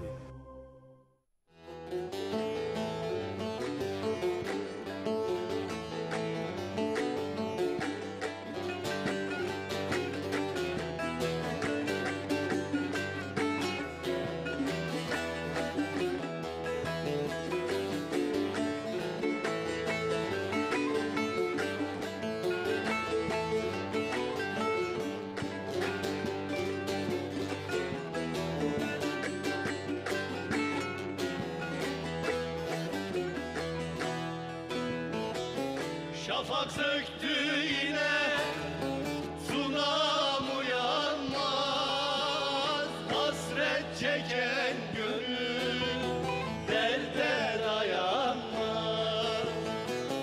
Şafak söktü yine sunam uyanmaz, hasret çeken gönül derde dayanmaz.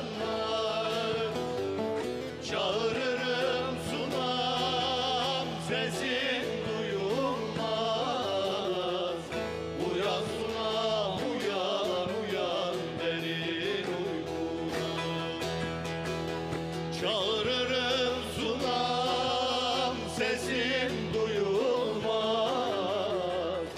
Uyan sunam, uyan, uyan derin uykudan. Çektiğim gönül elinden, usandım gurbet elinden.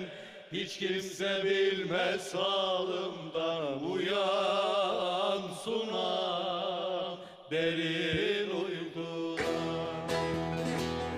Çektiğim gönül elinden, usandım gurbet elinden. Hiç kimse bilmez halimden. Uyan sunam derin uykudan.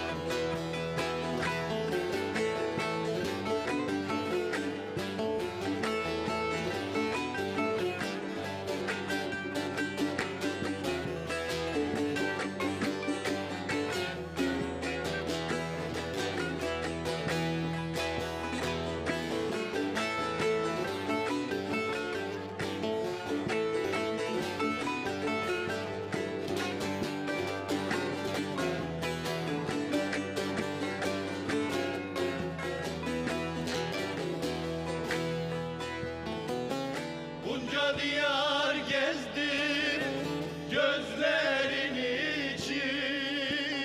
Niye küstün bana el sözü için? Bunca diyar gezdim gözlerin için. Niye küstün bana el sözü için? Dilerim Mevla'dan sızlasın için. Uyan sunam, uyan, uyan derin uykudan. Dilerim Mevla'dan sızlasın için. Uyan sunam, uyan, uyan derin uykudan. Çektiğim gönül elinden, usandım gurbet elinden. Hiç kimse bilmez halımdan. Uyan sunam derin uykudan. Çektiğim gönül elinden, usandım gurbet elinden. Hiç kimse bilmez halımdan. Uyan sunam derin uykudan. Eyvallah. Tabii her güzel şeyin bir sonu var. Oradan bana 10 dakika var diye işaret ediyorlar. Bitirmiyorum bugün programı. Bugün bitirmiyorum programı. 10 dakika bitmiyor bugün program. Her güzel şeyin bir sonu var. Tabii ki bizim de bir sonumuz var bugün için. Şimdi şöyle bir durum var. Haftaya Ramazan olduğu için biz Ramazan boyunca program yapmayacağız. Ramazandan sonra büyük bir aksilik olmazsa biz tekrar burada olacağız. Biz 3 aydır program yapıyoruz. Sizleri özleyeceğiz. Her hafta program saatini biz dört gözle bekledik, iple çektik. Hem Ekin TV ailesini görmek için hem izleyicilerimizle buluşabilmemiz için, değil mi? Evet, aynen öyle hocam. Sizler için 3 aydır çok güzel eserler hazırlamaya çalıştık. Bizim çocukluğumuzdan beri dinlediğimiz, bizim sevdiğimiz, dinlerken, söylerken, çalarken sevdiğimiz eserleri size söylemek istedik. Tabii ki kusurumuz olduysa affola. Her zaman söylediğimiz gibi kimseye hiçbir şey vaat etmiyoruz. Hiçbir iddiamız yok. Sadece türkülerimizi söylüyoruz. Deyişlerimizi, nefeslerimizi. Aşıklar Meclisi adı oradan geliyor. Aşıkların nefeslerini, seslerini, sözlerini sizlere duyurmaya çalışıyoruz. Bir kültür elçiliği yapıyoruz. Kendimizce üstlendik bu görevi. Kimse bize bir görev vermedi. Ekin TV ailesi de bize kapılarını açtı. 3 aydır da program yapıyoruz. Sizi özleyeceğiz. Bekleyin bizi. 2 eser daha yapacağız ve bugün programımızı bitireceğiz. Ramazan'dan sonra görüşmek dileğiyle. Arkadaşlar sizin söyleyeceğiniz bir şey varsa söyleyin. Zamanımız kalmadan 10 dakika 10 dakikada işaret ediyor. Bir dakikası gitti zaten ben Hocam konuşurken. siz konuştunuz zaten, ekstra bir şey söyledim. Şimdi 10 dakika diyor. Çok masrafsız. Bunu diyene kadar ama bir Çok masrafsız. bir şeyler çalalım. İnsanlar bir şeyler dinlesin, devam etsin biraz daha dinlemeye. Bizi özlesinler istiyorum ben ya. Bizi özleyin. O zaman ben de şöyle bitireyim. Sen de Özgür'ün dediğine mi katılıyorsun? Ona katılmakla beraber 3 aydır bizlerle ekran başında birlikte olan tüm izleyenlere, mesajlarıyla yanımızda olanlara, Ekin Türk ailesine, kameramanından hizmet eden ablamıza kadar hepsine tek tek teşekkür ediyoruz. Hocam söyledi kusurumuz varsa affola diye. Ben de diyorum ki kusurumuz varsa aşk ola efendim. Sponsorlarımıza desteklerinden dolayı teşekkür ediyoruz. Bizlere mesaj atamayıp da gönülleriyle yanımızda olanlara da ayrıca selamlar gönderiyorum. Sağ olun. Biz biliyoruz, onlar da mesaj atmak istedi tabii. Bir tane biliyoruz, bunun bilincindeyiz. Özgür'ün ailesinden fırsat bulamadılar belki ama olsun. O zaman 2 eser bağlayalım ve tekrar görüşmek dileğiyle diyelim.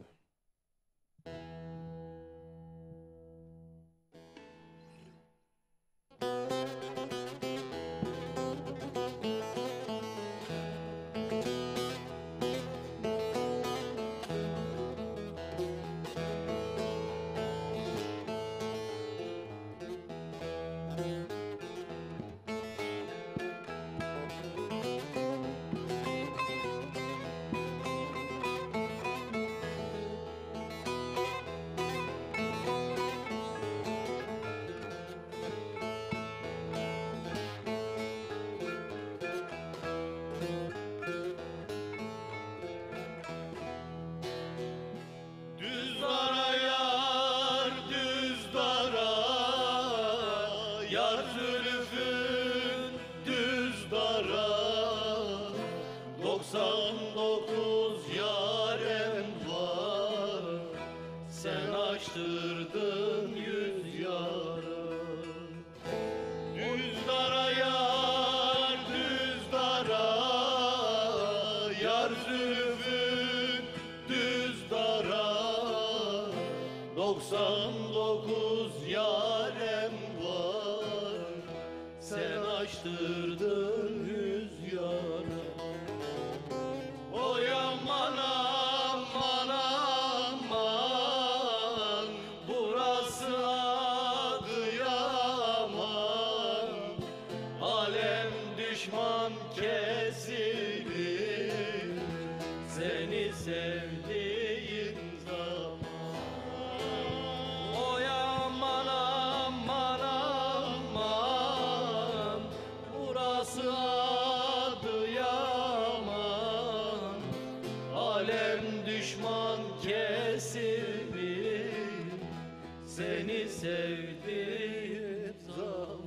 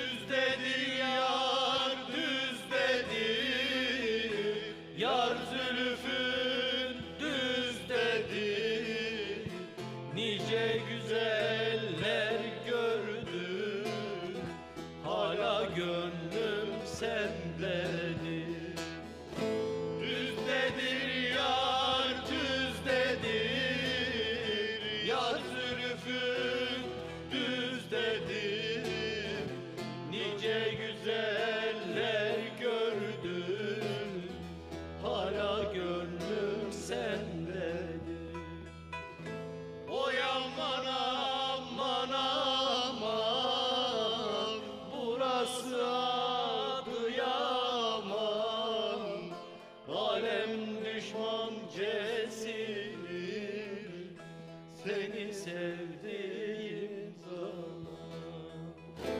Oy aman aman aman, burası Adıyaman. Alem düşman kesilir seni sevdiğim zaman. Kara köprü narlıktır le, Allah dile dile le, dile le le. Güzellik bir varlıktır le, öldüm dile dile le, dile le le. Güzellik bir varlıktır le, öldüm dile dile le, dile le le. Şalaba giyinenlerle Allah dile dile le, dile le le. Sevdiğine layıktır le, öldüm dile dile le, dile le le. Sevdiğine layıktır le, öldüm dile dile le, dile le le.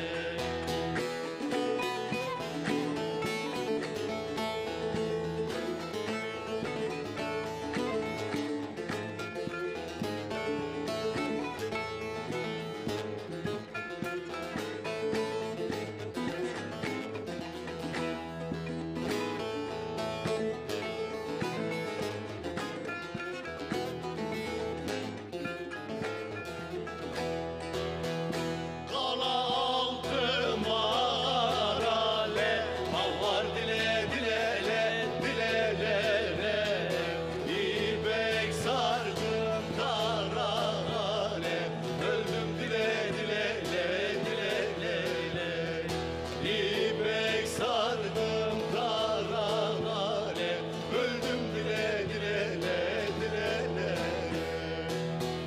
Nendenim yazın olam ne, avvar dile dile le, dile le le. Felek saldı Irak'ale, öldüm dile dile le, dile le. Felek saldı Irak'ale, öldüm dile dile le, dile le.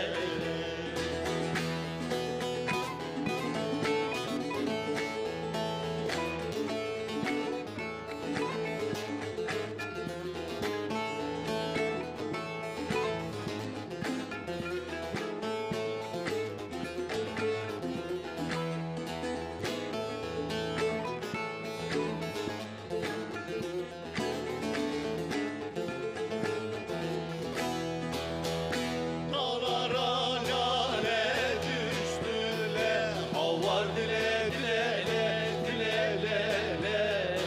Güle velvele düştüler, öldüm dile dile le, dile le le. Güle velvele düştüler, öldüm dile dile le, dile le le. Öldüğüme acımam le, avvar dile dile le, dile le le. Yar elden ele düştüler, öldüm dile dile le, dile le le. Yar elden ele düştüler, öldüm dile dile le, dile le le. Radyo için